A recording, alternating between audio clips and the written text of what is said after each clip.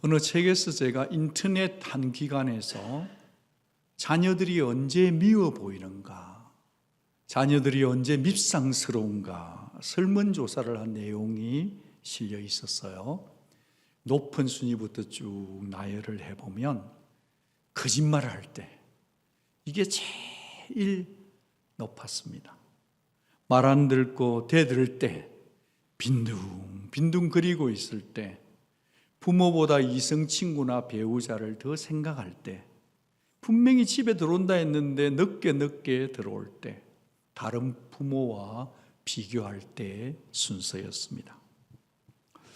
또 부모가 자식이 거짓말하는 줄 알면서 쏘아주는 그 자녀들의 거짓말이 뭔가, 그 압도적 1위는 커서 효도할게요 내가.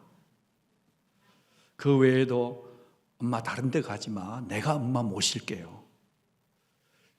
오직 일찍 들어갈게요. 오늘 책 사야 하니까 돈 좀 주세요. 성적표 아직 안 나왔다니까요. 보너스 아직 안 나왔어요. 지금 도서관에서 공부하는 중이에요.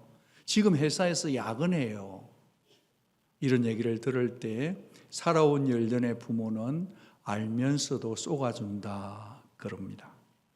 그런가 하면 부모가 자녀에게 가장 미안할 때를 묻는 질문 앞에서는 경제적인 문제로 그놈의 돈 때문에 자식들에게 해주고 싶은 것을 다 못 해주었을 때, 그것이 응답자 중에 50%가 넘었습니다.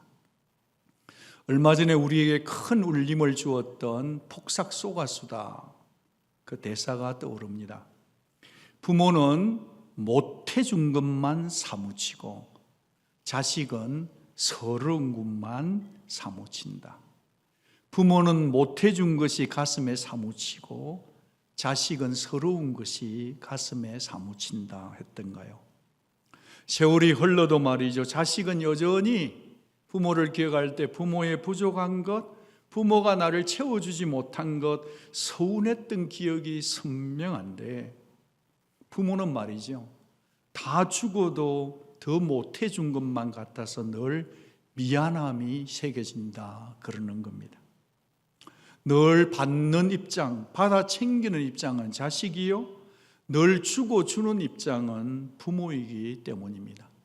그래서 말입니다, 그래서 자식은 자식이고 부모는 부모인 겁니다.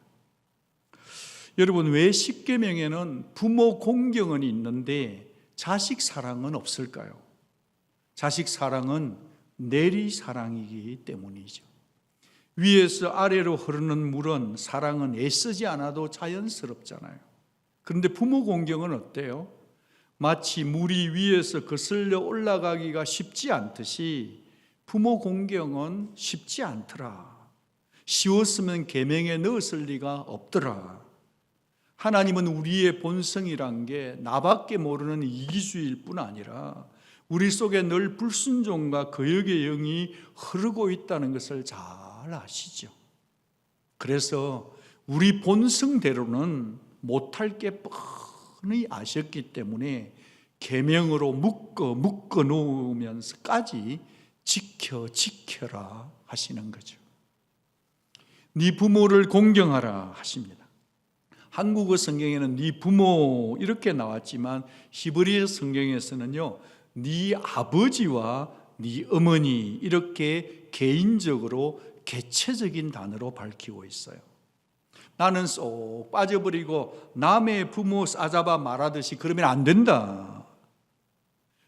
너 바로 너의 아버지, 너 바로 너의 어머니를 공경해야 된다. 그래서 우리에게 적용할 수밖에 없게 하나님은 기록해 두셨네요. 자, 그러면 이 계명을 들었던 대상은 누굴까요? 물론 장성한 자녀들이겠죠, 그죠? 이미 부모를 복양하고 책임질 수 있는 성인 세대가 당연 포함이 됩니다. 물론 그 자리에는 부모를 따라온 아이들도 있을 수 있겠지만 말입니다. 네 부모님 말씀 잘 들어. 그런 훈계용 분위기는 아니다. 더군다나 마지막 10계명을 보면 네 이웃의 아내, 그의 남종, 그의 여종을 탐내지 말라 같은 내용은 그 타겟이 아이들이 아니라 장성한 대상이었단 말이죠. 여전히 부모의 돌봄, 케어 가운데 있는 자녀에게는 에베소서 6장 1절처럼 자녀들아 너희 부모에게 순종하라 그렇게 다 이르겠지만, 성장하고 독립한 자녀들에 대해서는 순종을 넘어 공경하라고 명령하십니다. 여기 공경하라는 의미의 공경은 영광 또는 중요성을 뜻하는 구약 성경의 중요한 단어예요. 공경하라, 이 단어는 히브리어로 카베드인데 무겁다는 뜻이에요. 그러니까 5계명을 직역을 하면 어떻게 되냐면 네 부모를 무겁게 여기라. 무슨 의미인지 전달되시나요? 부모의 존재를 존경하고 부모를 귀히 여기고 비중 있게 여기라는 뜻입니다. 그래서 저는 설교 제목을 정하면서 부모 공경, 마땅한 부모 공경했다가 마땅한 부모 존중했다가 왔다 갔다 하다가 마지막에는 부모 존중이란 원어에 가까운 단어를 선택을 했습니다. 은행이나 태도에 있어서 부모를 가볍게 여기지 않을 뿐 아니라 무거운 책임도 수반 따라와야 됨을 시사합니다. 여러분 잘 아시다시피 십계명은 관계에 초점을 맞추고 있잖아요. 그죠? 1계명부터 4계명까지는 누구와의 관계? 하나님과의 관계. 5계명부터 10계명까지는 누구와의 관계죠? 사람과의 관계예요. 이 하나님과의 관계와 사람과의 관계 그 중심부에 연결점에 브릿지에 제5계명이 있어요. 사람과 사람 사이에 지켜져야 할 계명 중에 제일 첫 번째로 기록됐다 해서 뭐라 그러죠? 첫 계명이다 그렇게도 부릅니다. 모든 숫자에는 순서에는 중요도가 담겨져 있잖아요. 여러분 5계명을 이렇게 기록한 것은 우연일까요? 아니면 모세가 기록한 걸까요? 모세의 생각일까요? 아니에요. 의도성을 가지고 10계명 순서를 배열하신 분은 바로 누구실까요? 하나님이십니다. 하나님이 만약에 제5계명을 이렇게 배열하셨다고 한다면 우리는 이 질문을 하지 않을 수가 없습니다. 첫째는 왜 부모 공경을 인간관계에 있어서 첫 계명으로 두셨는가 하는 질문을 해야 돼요. 왜 하나님께서는 인간관계를 다루는 계명 제일 첫 번째에다가 부모 공경을 두셨을까 질문해야 되는 거죠. 6계명은 뭐죠? 살인하지 말라거든요. 살인하고 부모 공경인데 하나님은 어디에다가 무게를 두셨다, 비중을 두셨다는 거죠? 부모 공경에다가 두셨다는 거예요. 우리 생각에는 말이죠, 부모 공경점이야 익스큐즈 해도 될 것 같은데 살인보다는 부모 공경이 더 중요하지 않은 것 같은데 말입니다. 여기서 우리는 하나님의 의도와 하나님의 마음을 짐작해 봐야 합니다. 하나님의 관점에서 볼 때는 부모 공경의 이슈 문제를 인간관계 문제 중에서 가장 토대다, 기초다, 파운데이션이라고 생각하셨던 것 같아요. 인간관계를 여는 이 첫 단추가 부모와의 관계에서 시작된다는 거죠. 부모 존중의 마음이 없다면 타인의 생명도 쉽게 경시할 수 있는 거다. 부모와의 관계는 모든 인간관계에 영향을 준다. 그 사실을 알려주고 싶으셨던 겁니다. 좀 심하게 레디컬하게 표현을 해본다면 부모와 자식과에 있어서 부모와의 관계가 안 풀리면 다른 거 다 꼬인다, 안 풀린다라고 그렇게까지 돌려지기도 합니다. 자, 둘째로 그렇다면 왜 공경해야 할까요? 같이 한번 읽어주시겠어요? 부모는 하나님의 권위로 세워진 하나님의 대리자이기 때문입니다. 하나님은 부모를 통해서 내게 생명을 전달해 주셨습니다. 따라서 내가 부모를 거역한다고 한다면 그것은 나에게 생명을 주신 누구를 도전하는 거죠? 하나님을 도전하게 되는 것이라는 그 생각을 붙잡아야 합니다.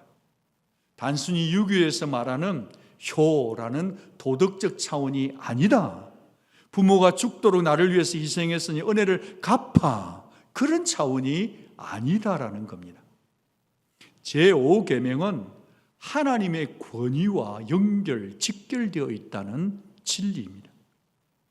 여러분, 하나님의 권위로 세워진 존재가 누구죠? 부모예요. 그렇다면 부모와의 관계를 통해서 하나님께서 기대하시는 최고의 레슨, 교훈이 뭐겠어요? 뭐라고 생각하십니까? 그것은 권위에 대한 존중입니다. 가정에서 자라나면서 부모를 통해 순종을 배우고 복종을 배우라는 겁니다. 여러분, 부모의 권위에 순종을 배우지를 못하면 대체적으로 일반적으로 보면 사회생활이나 조직체 속에서 어떤 권위도 견디지를 못해요. 들어갔다가 금방 뛰쳐나가 버리는 거죠.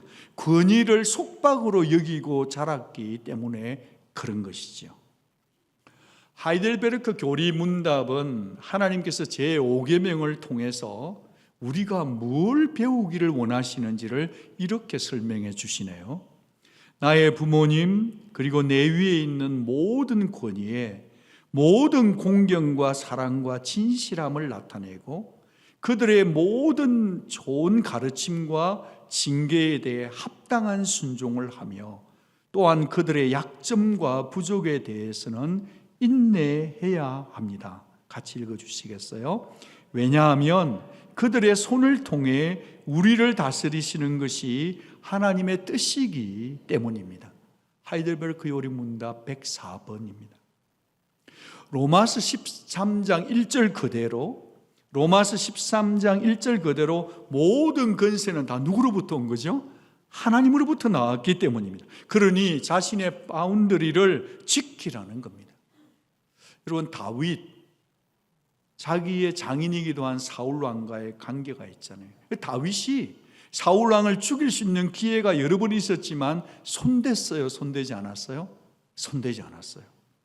얼마나 억울함이 사무치고 얼마나 항변하고 싶었을까요? 그런데도 말이 안 되는 그 왕을 말이죠. 사울왕은 무려 20년이나 섬겼더라.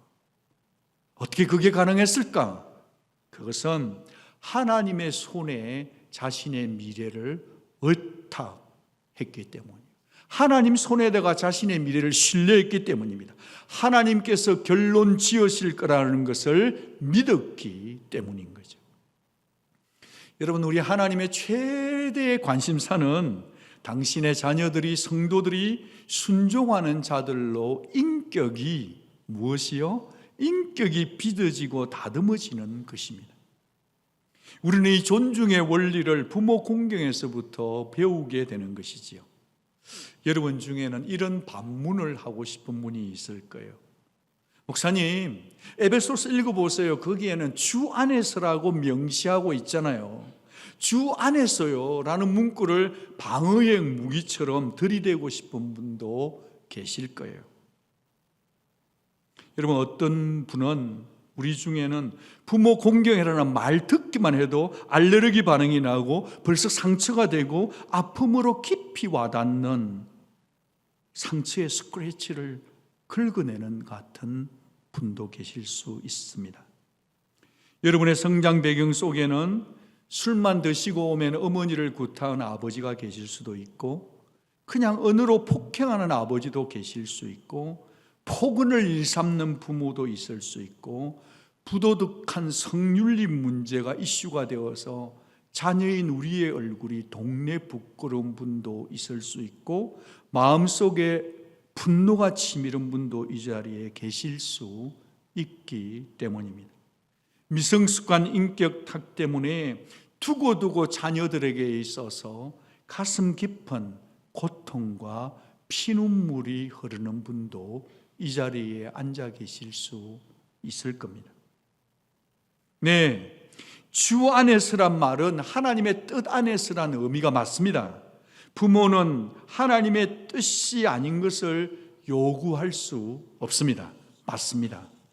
그 어떤 권위자도 하나님보다 더 위에 둘 수는 없어요. 그런데 말입니다. 그렇다고 해서 말입니다. 부모를 포함한 권위자의 약점과 인격적인 부족이 그들을 존중하지 못할 이유가 되어서는 안 된다라는 겁니다.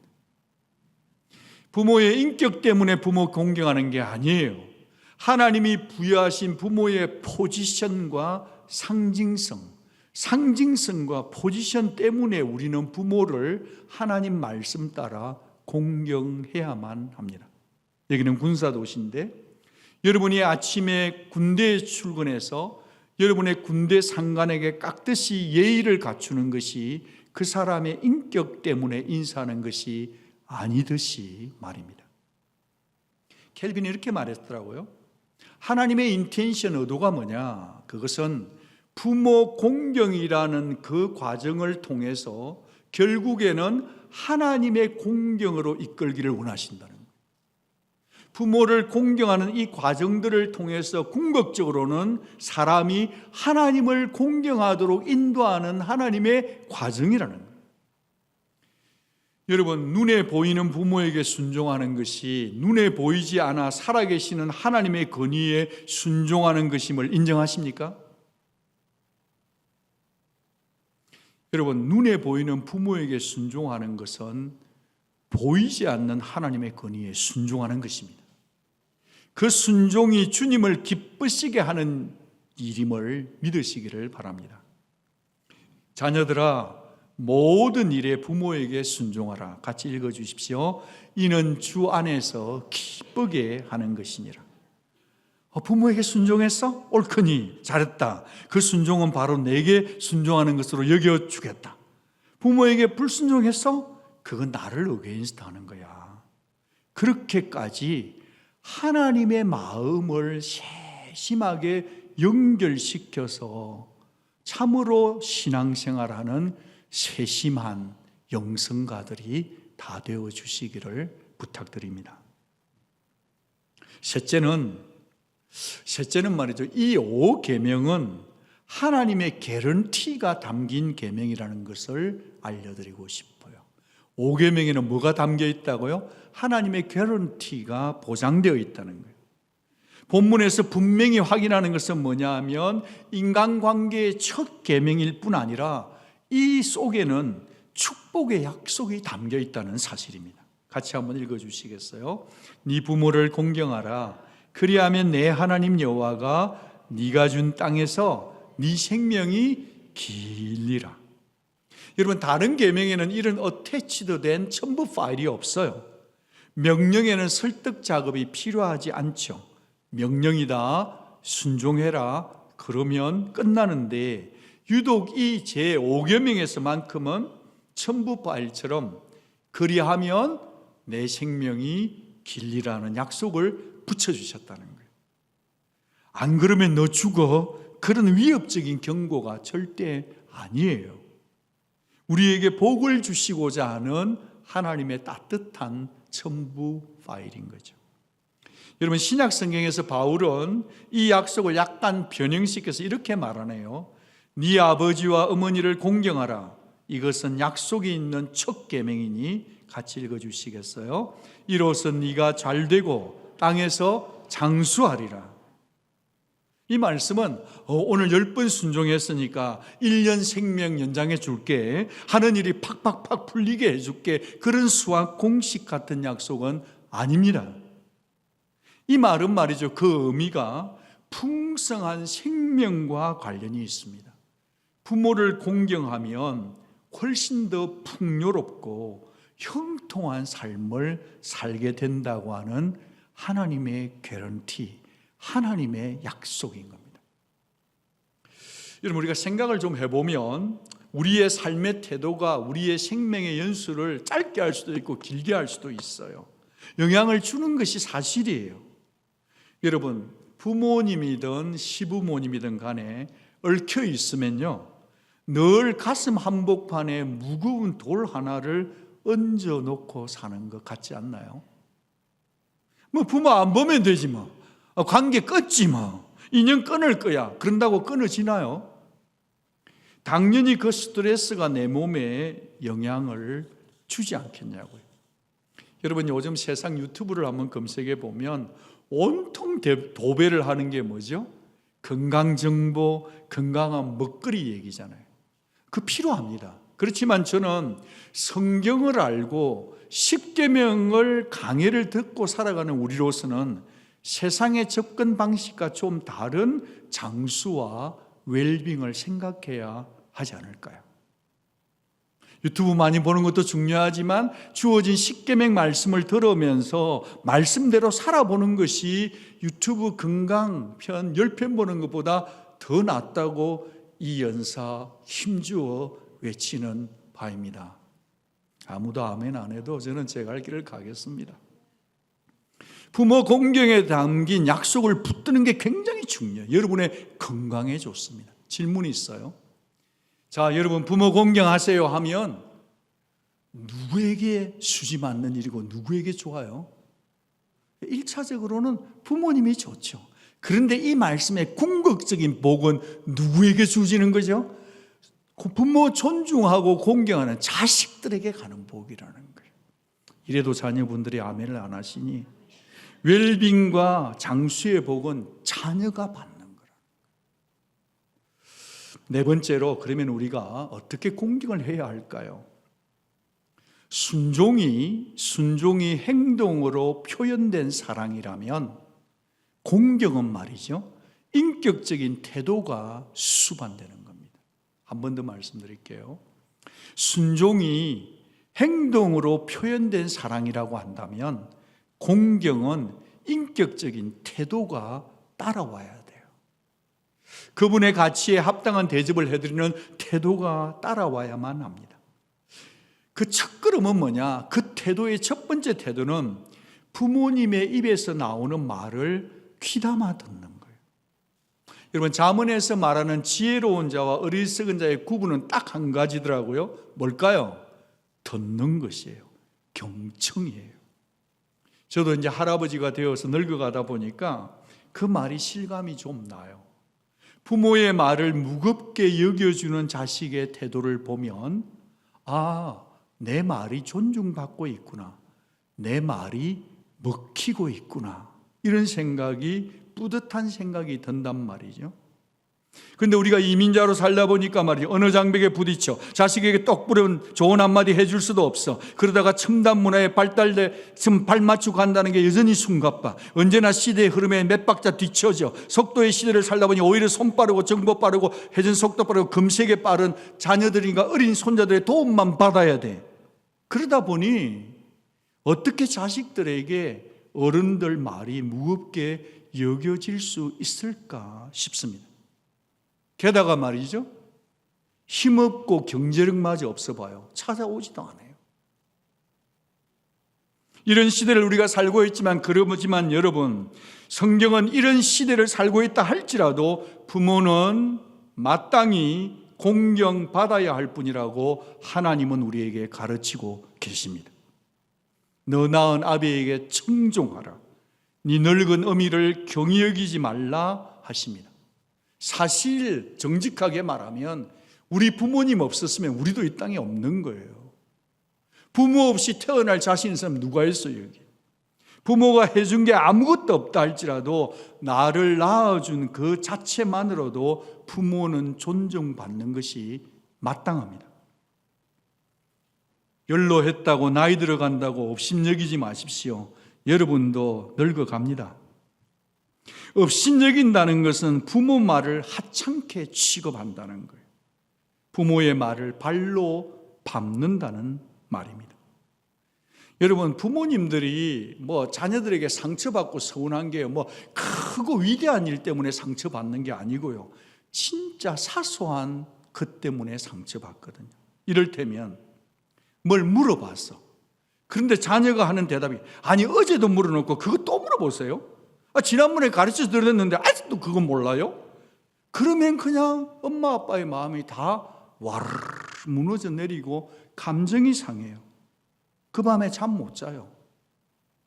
여러분, 10번 부모에게 선물해 드리는 것보다 부모님이 10번 똑같은 말을 묻더라도 지혜로운 자녀고 철든 자식이라면 처음 듣는 것처럼 말해줄 수 있는 자녀들이 되면 어떨까요? 요즘은 또 시대가 많이 바뀌어가지고 자식들이 막 부모에게 핀잔을 막 줘요. 면박도 막 줘요. 그러면 안 됩니다, 여러분. 그거 절대로 좋은 자녀가 아닙니다. 그런 들은 말 한마디, 핀잔 한마디, 면박 한마디 때문에 지나준 애미는 밤에 잠을 못 자는 거예요. 모르는 것 같아서 제가 알려드리는 겁니다. 여러분, 부모님의 필요에도 민감하시기를 바랍니다. 경제적인 필요도 채워드려야 되고 정서적인 필요에도 민감하시기 바랍니다. 뭐 큰 거 다음에 잘해주려고 기회 보지 마십시오. 우리 부모님들이 여러분이 효도 다할 때까지 기다려주지 않으실 수도 있어요. 그냥 잠시 감기 몇 번 앓다가 하늘나라로 가시는 부모 제가 많이 봤습니다.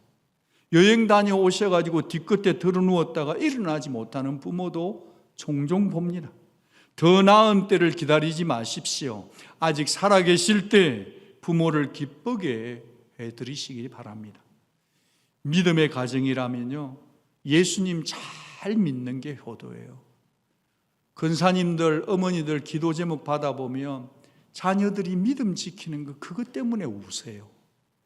예수 잘 믿는 게 효도입니다. 또 불신자 부모를 두셨다고 한다면 여러분은 어떤 우선순위보다 부모님에게 자주 카톡을 드리든 전화를 드리든 용돈을 드리든 그 부모에게 복음을 전해서 그 부모님이 돌아가시기 전에 예수 믿게 하는 것보다 더 큰 효도는 없을 것입니다. 마지막으로 저는 부모님께 드리는 당부와 자녀에게 드리는 당부의 말씀을 드리고 싶습니다. 뭘 당부하려고 그러면은 무슨 달달한 당이 올라갈 걸 하나 얘기를 해야 당부가 먹힐 것 같아서 어느 분이 한번 웃으라고 제게 보내준 글인데 한번 들어와 주시기 바랍니다. 가슴이 뛰어서 사랑인 줄 알았던데 알고 보니 부정맥이라네. 병원 가서 3시간, 5시간 기다렸다가 들은 병명은 늙어 나이 들어가는 노환이라네. 일어서기는 일어났는데 용건이 무엇인지 몰라서 자주 주저앉는다네. 아내 몰래 비상금 숨겨뒀는데 그 장소가 생각이 안 나 결국에는 아내에게 내 비상금 어디 뒀냐고 묻는다네. 손을 잡는데 옛날에는 데이트였는데 요즘은 넘어질까 봐 부축이라네. 아이고 목사님 그거 딱 내 얘기네 하는 분들이 몇 분 계시는 것 같습니다. 우리끼리 얘기 좀 하겠습니다. 그럴지라도 부모님 여러분, 세월 앞에 무너지는 건강 앞에 주저앉지 마시기 바랍니다. 우리는 그래도 이만큼 살아왔잖아요. 앞도 보이고 옆도 보이고 눈치 백단이잖아요. 하나님 나라의 의미 있는 일, 보람 있는 일에 내 젊은 날을 다시 한번 던지시고 추구하시기 바랍니다. 당부 드리기는요, 부모는 늘 자녀 때문에 울고 웃고 울지만요, 자녀에게 너무 의존하지 마시기 바랍니다. 아멘이 안 나오는군요. 자녀에게 너무 의존하지 마십시오. 도리어 영적 내공을 기르십시오. 서운할 때마다 기도하십시오. 나만의 영적 세계에 풍성함이 있어야 자식이 우리를 어떻게 대해도 환경에 휘둘리지 않을 수 있기 때문입니다. 세상 섭섭한 게 얼마나 많은데 자식들로부터 서운함까지 챙기면 어찌 살라고 그렇습니까? 하나님 아버지께 가서 그냥 다 얘기 드리고 하나님을 의지하는 신앙으로 독수리 날개치며 올라가는 힘있는 영적 근위자를 돼서 부모도 좀 자신감이 있어야 돼. 그래야 자식들이 한 번 더 찾아오더라고요. 아멘. 부모님이 이렇게 아멘 해 주셨으니 이번에는 우리 자녀분들에게 한마디를 당부드리고 싶습니다. 사랑하는 자녀 여러분, 한 가지만 부탁드리고 싶어요. 부모의 허물을 덮어주고 용서해 주시기 바랍니다. 성경은 참 무섭게 이 부분을 다루는 것 같아요. 노아가 포도주에 취해서 벌거벗고 드러누워 있을 때 동네방네 가서 떠들었던 자 누구죠? 함입니다. 뭘 받았어요? 축복이 아니라 저주를 받았습니다. 성경은 사랑은 허다한 허물을 덮는다 했습니다. 여러분의 부모와 얽힌 것을 푸셔야 합니다. 나중에 적용기도 할 때 풀지 말고 지금 푸셔야 합니다. 모리애를 당해도 여러분이 기대하는 반응이 안 나와도 여러분이 먼저 풀어야 합니다. 설령 부모님이 돌아가셔서 용서할 수도 없어요, 목사님. 아니요. 여러분의 감정의 흔적 속에 있는 여러분, 오늘 성령 안에서 예수의 보혈로 아버지 어머니와의 관계 속에 모든 서운하고 억울한 것들을 예수의 피로 다 씻어내고 예수의 이름으로 용서해내는 이 아침이 될 수 있기를 주의 이름으로 축원드립니다. 반드시 그것이 결단되고 해결되어야만 합니다. 내 속에 있는 이 썸뿌리 은연중에 내 자식에게도 물러갈 수 있고 내 이웃에게도 흘러갈 수 있기 때문입니다. 미움과 정오가 악순환으로 계속 흘러가는 것을 하나님은 절대 기뻐하지 않습니다. 여러분이 미움과 정오가 부모 탓을 계속 하고 있는 것은 나 자신을 미움과 정오의 감옥 속에 가두는 것이고, 미움과 정오라는 납덩어리를 내가 삼키면서 잘 살아보겠다고 하는 격과 같습니다. 부모님을 용서해 드리시기 바랍니다. 이 세상에 어떤 부모도 자식을 잘해주고 싶지 않았던 부모는 없습니다. 살다 보니 돈 때문에, 인생 때문에 자신도 힘들어서 그렇게 할 수도 있었다 여기시고, 젊은 여러분들이 여러분의 부모를 용서해 드리시기를 부탁드립니다. 그 어떤 이유보다도 말이죠, 우리는 이미 하나님의 용서와 하나님의 사랑을 경험한 자 아닙니까? 저는 이번에 이 5계명을 묵상하면서 5계명의 눈으로 돌아온 탕자와 아버지를 다시 한번 보게 되었습니다. 그 속에는 파격적인 radical grace가 묻혀져 있더라고요. 둘째 아들이란 이 친구는 있을 수 없는, 해서는 안 되는 요구를 했잖아요. 아버지가 지금 두 눈 시뻘겋게 살아있는데 아버지 재산 주세요. 어차피 돌아가시면 줄 거잖아요. 챙겨 허랑방탕 죽을 지경이 되었어야 돌아왔어요. 이것은 5계명을 정면으로 깨트린 불경스럽고 몹쓸 아들이고 몹쓸 자식이에요. 신명기 21장 18절 21절에 근거해 보면, 신명기 21장 구약율법을 적용하면 아버지는 이 탕자를 이랬어야 마땅합니다. 폐역한 아들이 말을 듣지 않고 방탕하게 살면 부모가 성문 장로들에게 끌고 가서 성읍의 모든 사람이 돌을 들고 이 불효자를 돌로 쳐 죽여야만 하는 것이 신명기의 법이에요. 그런데 이 아버지는 말이죠, 돌아온 탕자를 누가 볼까 봐서 말이죠, 벗은발로 뛰어가는 거예요. 아무도 보지 못하게 먼저 가가지고 두 팔로 힘껏 끌어안은 거예요. 그리고 그 누구도 내 아들에게 돌 팔매질을 하지 못하도록 끌어안은 거예요. 누가 돌을 던지면 아들 대신 누가 맞겠다? 이 애비가 맞겠다고 들어붙은 거예요. 여러분, 예수님의 비유 속에 나온 이 탕자의 아버지 누구시죠? 바로 저와 여러분의 아버지이신 줄 믿습니다. 믿습니다. 율법의 정죄를 하나님 아버지는 독생자 예수 그리스도를 통해 은혜로 바꿔버렸잖아요. 정말 말도 안 되는 절대 순종을 요구하시는 하나님 아버지 앞에 이 착하신 아들이신 예수 그리스도는 피와 땀을 다 쏟아부으셨죠. 누구를 위해서죠? 저와 여러분을 위해서요. 그분이 이렇게 기도를 마무리하시죠.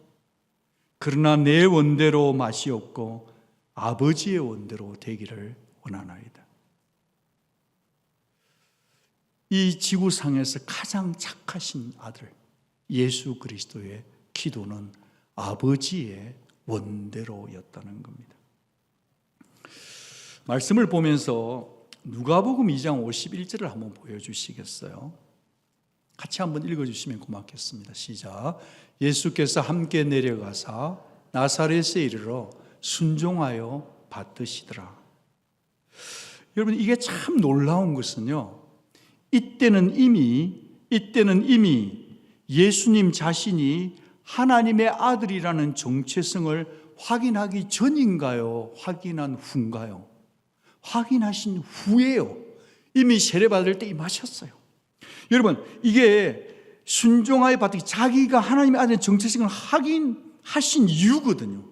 그럼에도 불구하고 이 하나님의 아들 예수님은 흠이 많으신 육신의 부모를 여전히 순종하여 어떻게 했다고요?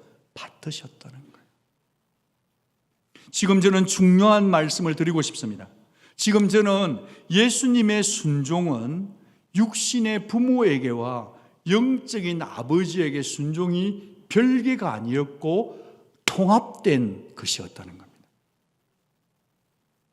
그래서 말씀드리고 싶은 게 있습니다. 육신의 부모를 존중하는 자가 하나님을 존중한다는 사실입니다. 하늘 아버지를 존중하는 자가 눈에 보이는 부모를 존중하더라고요. 우리 교회도 가만히 보면 정말 부모님을 공경하는, 존중하는 분들이 많이 계세요. 잘 됩디다.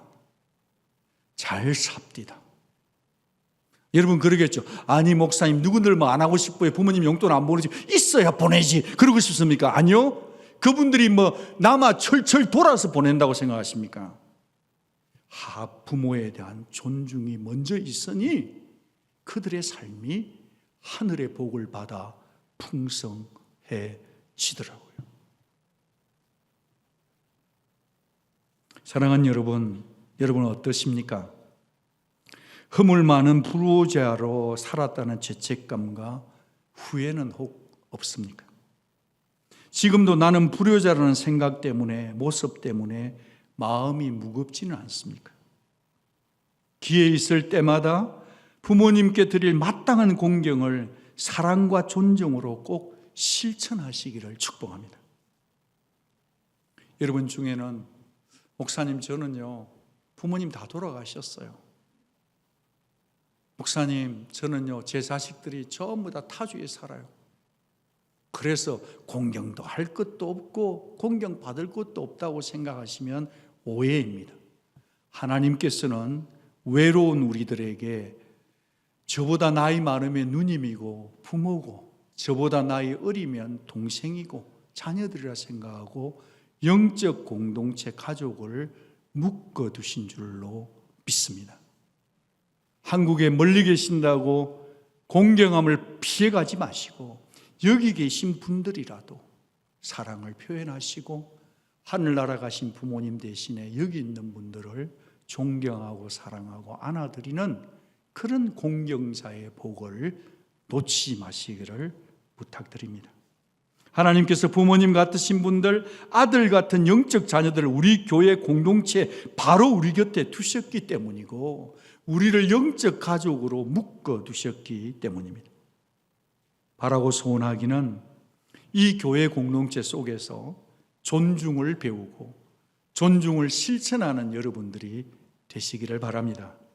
이 5계명 속에 담겨있는 하나님 아버지의 마음이 부모 공경의 원리가 여러분의 가정 안에서 이 교회 공동체에서 계속 흘러가서 여러분 모두가 다 약속 있는 첫 계명의 장수와 웰빙뿐 아니라 여러분의 필요가 차고 넘치는 복 있는 약속 있는 첫 계명의 사람들이 다 되어 주시기를 주 예수 그리스도 이름으로 축원드립니다. 기도하겠습니다.